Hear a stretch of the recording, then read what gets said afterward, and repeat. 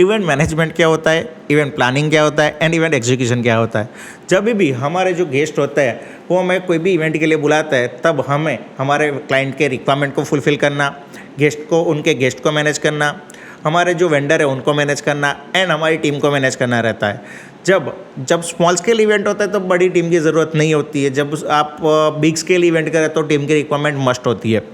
अगर मान लीजिए मेरे जो एक गेस्ट है जो मुझे हर एक इवेंट के लिए बुलाता है, जब वो कॉर्पोरेट इवेंट के लिए बुलाता है तब उनकी रिक्वायरमेंट अलग होती है, सोशल इवेंट के लिए बुलाता है तो उनकी रिक्वायरमेंट अलग होती है एंड वो मुझे जब फ्यूनरल सेरेमनी के लिए बुलाएंगे तो उनकी रिक्वायरमेंट अलग होगी। फर्स्टली जब वो कॉर्पोरेट इवेंट के लिए मुझे बुलाता है तो उनकी रिक्वायरमेंट कुछ फ्लेक्स का गेट होगा, एंट्रेंस में कारपेट होगी और वो ग्रे या कैमल कलर की होगी, वहाँ पे कलर वो कुछ भी नहीं होगा, स्टैंडीज होगी, सीटिंग अरेंजमेंट होगी, जो वीआईपी गेस्ट होंगे वो आगे बैठने के लिए उनके लिए सोफ़ा अरेंजमेंट होगी, साउंड होगा, लाइटिंग होगी। जब मान लीजिए कि जो बैकग्राउंड में, स्टेज के बैकग्राउंड में फ्लैक्स या एलईडी स्क्रीन होगी। अगर मान लीजिए कोई स्पीच देने वाला है तो प्रॉपर्ली उसके लिए कॉर्डलेस माइक होगा। अगर मान लीजिए कि उनकी रिक्वायरमेंट कॉर्पोरेट इवेंट में भी अगर सेमिनार होगा तो अलग रिक्वायरमेंट होगी। अगर मान लीजिए कि ये जो मैं आपको बात कर रहा हूँ वो एनुअल डे के लिए बात कर रहा हूँ एंड यही गेस्ट मुझे अगर सोशल इवेंट के लिए बुलाएंगे तो उनकी रिक्वायरमेंट चेंज हो जाएगी। उसमें भी एज डिपेंड करती है। अगर मान लीजिए 5 साल से छोटे बच्चे की इवेंट है तो उनकी रिक्वायरमेंट जैसे कि पापा की पिक थीम हो जाएगी, मिकी माउस हो जाएगा, गेम जॉकी हो जाएगा और जो गेम्स होगी कार्निवल्स गेम होगी। जो उनको रिटर्न गिफ्ट देने के लिए होगा वो भी छोटे मतलब बच्चों के लिए जो कनेक्ट करे वैसा कुछ होगा। अगर मान लीजिए कि यही इवेंट मतलब 15 साल या 20 साल के बच्चे के लिए किसी के लिए होगा तो उनकी रिक्वायरमेंट अलग हो जाएगी। तब एंकर बुलाया जाएगा, ऑर्केस्ट्रा बुलाया जाएगा। अगर मान लीजिए रिटर्न गिफ्ट ऐसा तो नहीं होता है, बट अगर वो भी रखा जाएगा तो वो अडल्ट से कनेक्टेड लग रखा जाएगा एंड सेल्फी बूथ होगा तो उसमें फ़ोटोज़ उनकी लगी होगी। तो आपको मैं वही बताना चाह रहा हूँ कि जब भी इवेंट मैनेजर को कोई भी रिक्वायरमेंट आती है तो इवेंट के बेस पे होती है। जब जो कुछ चेंज होता है वो मान लीजिए 5 साल के से छोटे बच्चे का हो तो रिक्वायरमेंट अलग हो जाती है। 15 साल से बच्चे मान लीजिए कि 15 साल से बिग एज हो तो रिक्वायरमेंट अलग हो जाती है। यही गेस्ट अगर मान लीजिए मुझे फ्यूनरल सेरेमनी के लिए बुलाता है तो उनकी रिक्वायरमेंट चेंज हो जाएगी। पूरा वाइट थीम बेस हो जाएगा, ओरिजिनल फ्लावर का होगा सब कुछ काम, भजन संध्या होगी। अगर मान लीजिए कि कुछ लोग रिटर्न में कुछ देते हैं तो वो कुछ भजन संध्या मतलब गीता या कुछ मतलब उससे कनेक्टेड, धर्म से कनेक्टेड होगा। मान लीजिए ये सभी इवेंट में हमें छोटी छोटी चीज़ें ध्यान रखने वाली जो चीज़ें होती है वो ये होती है कि अगर मान लीजिए हमारी जो एंटरटेनमेंट टीम है वो जो एंटरटेनमेंट से कनेक्टेड जो लोग आर्टिस्ट आए हैं उनकी रिक्वायरमेंट को समझे, वो अपने साउंड वाले जो बंदे हैं उसको समझाए, शो फ्लो रेडी करके रखे। जब भी क्लाइंट को एंकर से बात करनी नहीं रहती, जो पहले से वो लोग प्रिपेयर करके रखे, पहला शो फ्लो में पहले क्या होगा, सेकंड क्या होगा, थर्ड क्या होगा, फोर्थ क्या होगा। जब वो एंकर आए तब उनको समझाना। छोटी छोटी चीज़ें आपको ये ध्यान रखनी बहुत ही ज़रूरी होती है एंड इवेंट मैनेजमेंट का काम यही होता है। करेंगे कि इवेंट प्लानिंग कैसे की जाती है। जब भी आप बिग स्केल इवेंट देखते हैं तो उसका properly planning, layout big scale event का पहले से किया जाता है। जैसे ग्राउंड मैपिंग, स्टेज क्या साइज़ का होगा, कहाँ पे होगा, कौन सी गेम कहाँ पे होगी। अगर मान लीजिए जो आप मुकेश अंबानी जो बिग फैट वेडिंग अभी हुई उनकी बराबर है, तो आप देख सकते हैं कि उसमें ऐसा ही कुछ नहीं होता। पूरी 3D डिज़ाइनिंग पहले से की जाती है, लेआउट पूरे पहले से रेडी होता है, कौन क्या काम कैसे पहले से प्लानिंग किया जाता है, बराबर है। तो आज हम एक अदानी सर्वोत्सव कार्निवल करके जो एक इवेंट हुई थी जिसमें मैंने फ्रीलांसिंग काम किया था वो आप देखेंगे। तो उसका लेआउट मैं पहले ओपन कर रहा हूँ। तो उसमें पहले हमने साइज़ मेंशन की है कि टोटल जो ग्राउंड है वो है 215 बाय 990 का। जो स्टेज है उसकी साइज़ है 32 फीट बाय 44 फीट। जो एंट्री है बराबर है तो उसकी साइज़ है 30 फीट एंट्रेंस गेट की, बराबर है। उसके दोनों पोर्शन में स्टैंडीज लगी हुई है जिसकी साइज़ है 6 बाय 10। हम जैसे ही एंटर करते हैं वहाँ पे वेलकम टू अदानी सर्वोत्सव कार्निवल लिखा हुआ आएगा। उसकी साइज़ है 8 बाय 28 फीट। जो उसके बाद में जो पैसेज है उसका साइज़ है 110 और उसके बाद जो टर्न है उसके बाद साइज़ है 24 फीट। वो ख़त्म होते ही एक गेट आएगा। उसके बाद में गेम्स का जो पूरा पोर्शन है वो शुरू होगा। बाहर के पोर्शन में जो ओपन स्पेस जो गेम होती है वो है, और जो इनर है, इनर पार्ट है, उसके अंदर इंडोर गेम्स है। जो सीटिंग अरेंजमेंट जो पीछे के पोर्शन में है वो टोटल कितने लोगों का है और कितने राउंड टेबल्स लगेंगे उसकी पूरी से पूरी जानकारी इसमें दी गई है। 180 पीपल का जो पैक्स लोगों का यहाँ पे सीटिंग अरेंजमेंट मतलब राउंड टेबल अरेंजमेंट हुआ है, और उसके हिसाब से कितने राउंड टेबल्स लगेंगे वो आपको दिखाई दे रहा है कि पूरा डिज़ाइनिंग में पता चल रहा है कि 30 राउंड टेबल्स लगे हुए हैं बराबर। एक राउंड टेबल पे 6 लोग बैठे हुए हैं। सीटिंग अरेंजमेंट में अब पीछे के पोर्शन में आप देख सकते हैं कि 6 फीट की स्पेस राइट साइड पे, 6 फीट की जो लेफ्ट साइड पे है, राइट साइड पे और लेफ्ट साइड पे 6 फीट, एंड जो सेंटर के पोर्शन है उसमें 8 फीट का डिफरेंस रखा गया है। तो ये छोटी छोटी चीज़ें पूरा प्लानिंग के अंदर बताई जाती है, जैसे कि वेंडर को इजीली पता चले कि क्या कैसा काम करना है। अब बात करते हैं मेन स्टेज की। जो स्टेज 32 फीट बाय 44 फीट का है, एलईडी स्क्रीन 12 बाय 16 फीट की है। पीछे के पोर्शन में 3 बाय 3 की मतलब 3M मतलब कि M लिखा हुआ है मतलब मीटर, मतलब 10 बाय 10 की रूम बनी हुई है, ग्रीन रूम, जो कि जो हमारे आर्टिस्ट आने वाला है उसके लिए है। आपने जो स्टेज में लिखा हुआ है 44 बाय 32 बाय 4 HT मीन्स के हाइट 4 फीट की रखी जाएगी। छोटी से छोटी चीज़ें जो मेंशन की जाती है इसमें वो की गई है। जो साउंड का जो साइज़ है, मतलब साउंड कितने पोर्शन साउंड की जो साइज़ है, साउंड के लिए 8 फीट का जो स्पेस रखा गया है। उसके बाद AV स्क्रीन लगेगी। AV स्क्रीन जब मान लीजिए कि दूर जितने लोग बैठे हैं उनको ना दिखाई दे, उसके लिए दोनों साइड में AV स्क्रीन रखी जाती है, जिसकी साइज़ है 9 बाय 12। उसके बाद मास्किंग किया जाएगा। दोनों साइड सेम जो चीज़ है वही मेंशन की गई है। जो कैमरामैन है उसके लिए भी 4 feet by 6 feet by 4 feet height बराबर है, वो दोनों साइड रखा गया है। उसके थोड़े पीछे के पोर्शन में कंसोल रखा गया है। उसके बाद में फूड जोन जो है, फूड का जो एरिया है उसके बीच में कितना डिफरेंस रहेगा और हाइट क्या रहेगा वो भी मेंशन किया है। कि जो 2 बाय 4 का टेबल है उसके अंदर आप देख सकते हैं कि 1 2 3 4 5 6 7 8 9 एंड 10 मतलब 40 फुट का पूरा फूड का काउंट लगेगा एक टेबल का बराबर है। उसके बाद 10 फीट की स्पेस रहेगी और उसके बाद फिर से पूरा सीटिंग अरेंजमेंट होगा। अब बात करते हैं कि ये आप लेआउट देखा आपने बराबर है, उसके बाद आएगा 3D व्यू। ये पूरा जब इवेंट होगा तो कैसे एग्जीक्यूट करने में कितना आसानी रहेगा वो इसके ऊपर डिपेंड है। जो आप फर्स्ट ये लेआउट देख रहे हो बराबर है 3D डिज़ाइन, उसमें आपको देख सकते हैं कि दोनों साइड में AV स्क्रीन रखी हुई है, बीच के पोर्शन में से LED स्क्रीन है, लेफ्ट हैंड साइड पे जो पोडियम है वो रखा गया है। जो वाइट कलर का जो पूरा एंगल का लगा हुआ है, उसके बाद फ्लेक्स का स्टैंडी रखा गया है जो है अप्रोक्सीमेटली 8 बाय 10 सॉरी जो आगे मैं बता रहा हूँ कि सीटिंग अरेंजमेंट रखी हुई है। इसके अंदर साइज़ मेंशन नहीं की गई है, मैं आपको आगे जाते ही बताता हूँ। जैसे कि आप देख सकते हैं पोडियम के पीछे के पोर्शन में एग्जैक्टली पीछे अदानी सर्वोत्सव लिखा हुआ आएगा। स्टेज का टॉप व्यू से है, ये फ्रंट व्यू से है view, side view, front flex with ply frame. जब बिग स्केल इवेंट होता है, ये अगर मान लीजिए कि मैं अगर यहाँ पे जो स्मॉल टाउन में इवेंट होते हैं वहाँ पे फ्लेक्स लगा होता है, यहाँ पे उन्होंने मेंशन किया है कि पीछे के जो ये जो मेन जो पोडियम के पीछे का जो पोर्शन है फ्लेक्स जो लगा है वहाँ पे प्लाई लगेगी बराबर है। वाइट लाइक्रा जो साइड में जो पोर्शन है उसमें वाइट लाइक्रा का AV स्क्रीन का मेटल का मटेरियल होगा, उसके ऊपर वाइट लाइक्रा और स्क्रीन मटेरियल जो आता है, दूसरा ऑप्शन आता है जो एकदम प्लास्टिक टाइप का मटेरियल होता है वो आता है। तो दोनों में से आप जो चाहे यूज़ कर सकते हैं, वो उन्होंने ऐसा मेंशन किया है।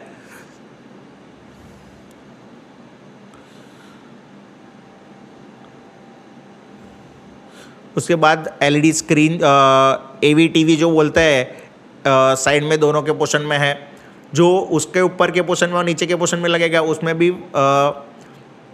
फ्लेक्स लगेगा जो प्लाई के ऊपर लगेगा। तो उसकी पूरी जो होगा डिज़ाइनिंग वो प्लाई से की जाएगी।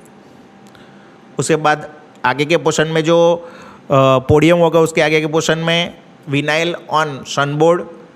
सनबोर्ड इसलिए लिखा है क्योंकि 2-3 ऑप्शन आते हैं तो इश्यू ना हो। फिर जो पीछे के पोर्शन में जो मतलब अंदर से दिखेगा गंदा ना दिखे इसलिए कि उसके ऊपर पूरा पेंट होगा, वो भी अंदर छोटी चीज़ मेंशन की गई है। अब बात करते हैं, ये हो गया स्टेज का, बराबर है। इसके बाद आता है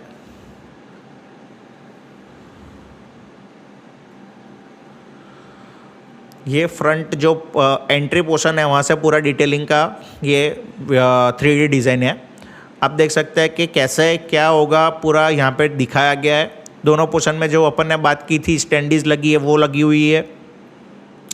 उसके बाद welcome to Sarvotsav Adani enterprise annual day.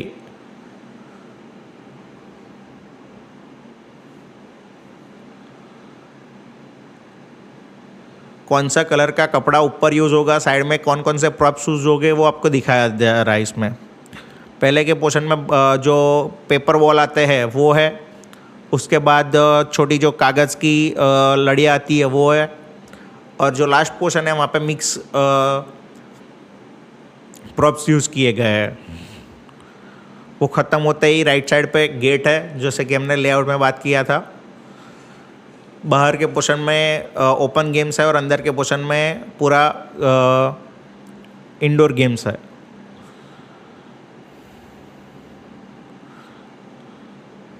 तीन सेल्फी बूथ आप देख सकते हैं राइट लेफ्ट हैंड साइड पे पूरा लगाया गया है, जिससे कि लोग फोटोज़ खींचे और एंजॉय कर सके।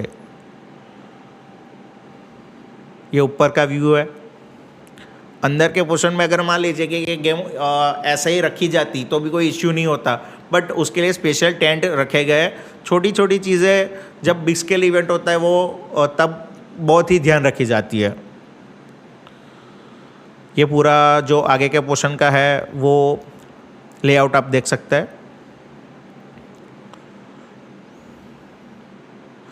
जो अंदर के पोर्शन में और बाहर के पोर्शन में बल्ब से पूरा डेकोरेशन किया गया था। और जो लटकनियाँ बोलते हैं मतलब हम बोल सकते हैं कि कार्निवल थीम को मैच करे वैसा पूरा डेकोर किया गया है।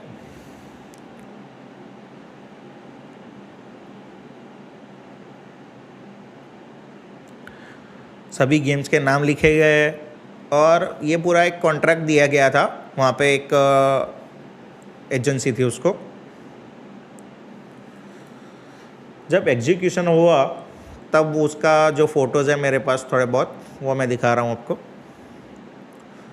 जैसे कि आप देख सकते हैं जैसा 3D व्यू में दिखाया गया था सेम टू सेम पूरा वैसा ही काम किया गया है।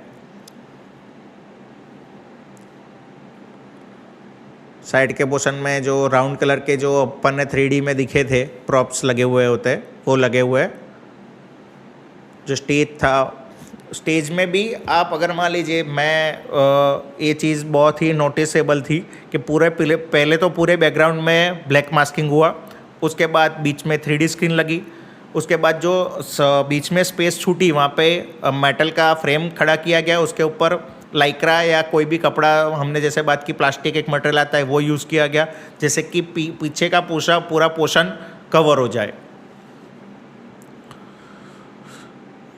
आगे के पोर्शन में ये पूरा फ्लेक्स का काम किया गया है।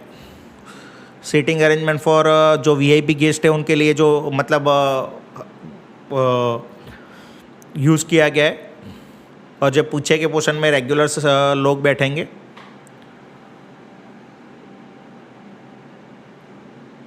ये जो आप देख रहे हैं वो भी बहुत इम्पोर्टेंट है कि जब जो हमने बात की थी एजेंसी, बराबर है, तो एजेंसी का नाम था TRF इंडिया इवेंट स्टूडियो, जो कि पूरा गेम का डिपार्टमेंट संभाल रहे थे।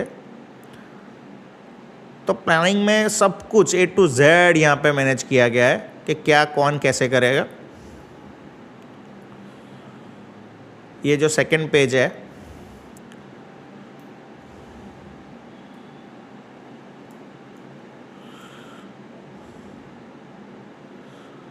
वहाँ पे वेन्यू एंट्री का जो पोर्शन है वहाँ पे जो स्टैंडीज कौन सी साइज़ के लगेंगे, उसके बाद जो बैनर आएगा वो प्रिंटिंग एंड माउंटिंग कौन क्या क्या साइज़ का लोगो होगा, उसके बाद मेन फंक्शन का एरिया में क्या क्या चीज़ें लगेगी,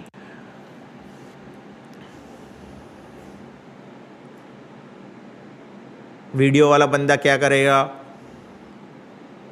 जो पहला पार्ट है वो decor and fabrication, second part है वीडियो वाला जो क्या क्या लाएगा वो उसके अंदर डिटेलिंग लिखी गई है।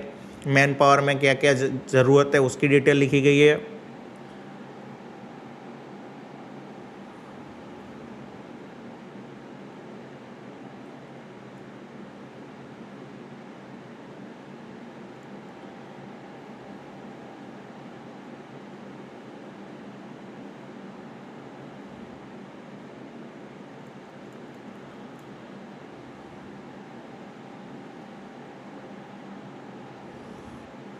जो वेन्यू का एंट्री है उसकी अब डिटेल दी गई है इसमें।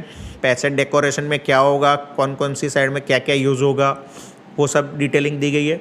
तो आप देख सकते हैं कि जब big scale big fat event होता है, बराबर है, वेडिंग से कनेक्टेड होता है या कॉर्पोरेट इवेंट होता है, तो A to Z पहले से ही ब्रीफिंग दी जाती है, पहले से लेआउट रेडी होता है, 3D डिज़ाइनिंग रेडी होती है, तब जाके पूरा एग्जीक्यूशन के पार्ट में कुछ भी एररलेस पूरा इवेंट हो सकता है। तो आपने देखा कि हम जब भी प्लानिंग करते हैं, मैनेजमेंट करते हैं, तो अब पार्ट है सबसे बड़ा, लास्ट और डेलिकेट पार्ट बोलते हैं हम जैसे कि है एग्जीक्यूशन।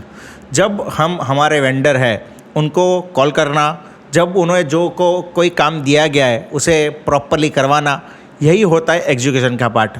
छोटी छोटी चीज़ें यहाँ पे बहुत ही ध्यान रखने वाली होती है, जैसे कि जो स्टेज है उसमें कोई भी नीट एंड क्लीन हो, स्टेज कोई भी पोर्शन में कारपेटिंग का पोर्शन ना रह गया हो। जब हम बात करते हैं मतलब लेआउट दे दिया, तो ऐसा क्या तो है नहीं कि हमारे वेंडर इतने इंटेलिजेंट हो गए कि प्रॉपरली काम करेंगे, तब हमें ध्यान रखना है कि वो प्रॉपरली काम करे, बराबर है। जो हमारे वेंडर आएंगे वो और जो आर्टिस्ट आएंगे उनके जो एंकर, उसके साथ जो एंकर आएंगे उनको शो फ्लो देना, प्रॉपरली सब साउंड चेक करना, लाइट चेक करना, एंट्री से लेके एग्जीक्यूशन तक, मतलब एंट्री से लेके एंड तक जो कुछ भी लेआउट में दिखाया गया है वो प्रॉपरली एग्जीक्यूट होना चाहिए। वो बहुत ही ज़रूरी होता है। और वो टाइम पे अगर मान लीजिए छोटी से छोटी मिस्टेक अगर आप करते हैं तो आपको गाली भी खानी पड़ सकती है। तो वो आप में मतलब पोटेंशियल होना चाहिए कि तो वो टाइम पे प्रॉपरली मैनेज करें। अगर कुछ डांट वाट भी पड़े तो आप अपसेट ना हो यार, कुछ आपका मूड प्रॉपरली मैनेज करना भी आपका काम होता है तब। तो बात करते हैं एंट्री से लेके। एंट्री में जब दोनों साइड में जो माउंटिंग करके जो फ्रेम लगाई गई होती है वो प्रॉपरली लगी हुई है कि नहीं, वो आपको चेक करना है, वो आपको खड़े रह के लगवाना है।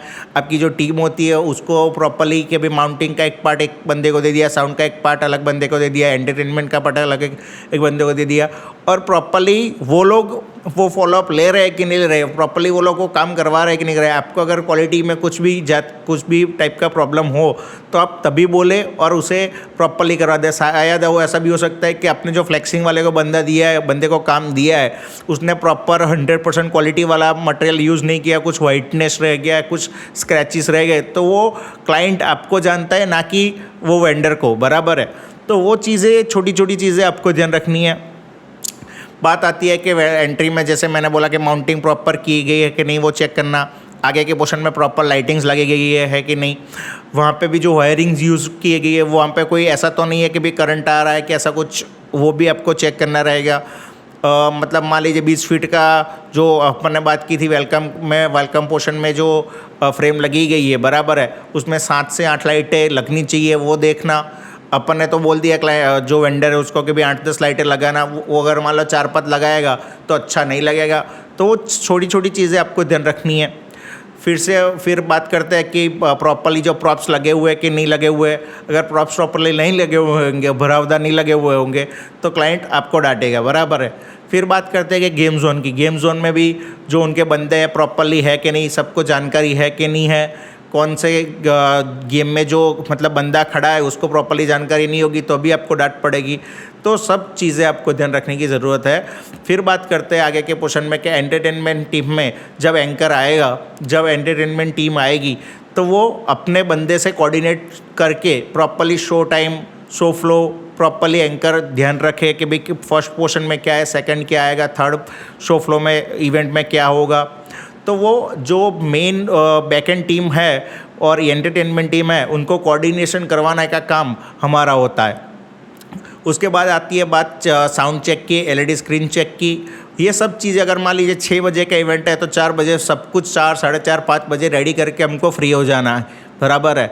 और लेआउट के हिसाब से प्रॉपरली वर्क हुआ है कि नहीं हुआ है, वो चीज़ें हमें ध्यान रख के एग्जीक्यूट करवाना प्रॉपरली। हमारा एंड ऑफ द जो मतलब हेक्टिक जो पार्ट होता है इवेंट प्लानर का, वो यही होता है कि एग्जीक्यूशन के टाइम पे कुछ बाउंसर्स भी आते हैं, कुछ चीज़ें ऐसी भी होती है कि जो हमको वेंडर मतलब हमारे जो गेस्ट है, हमारे जो क्लाइंट है, उन्होंने नहीं बोली होती, वो टाइम पे इमरजेंसी में भी बोलते हैं। तब हमें हेक्टिक सिचुएशन में भी क्या तो जुगाड़ करना पड़ता है, क्या तो तुरंतली प्लानिंग करना पड़ता है और प्रॉपरली एग्जीक्यूट करना पड़ता है, तभी हमारा इवेंट सक्सेसफुल होता है। और ऐसी जानकारी के लिए बने रहे हमारे यूट्यूब चैनल पे। धन्यवाद।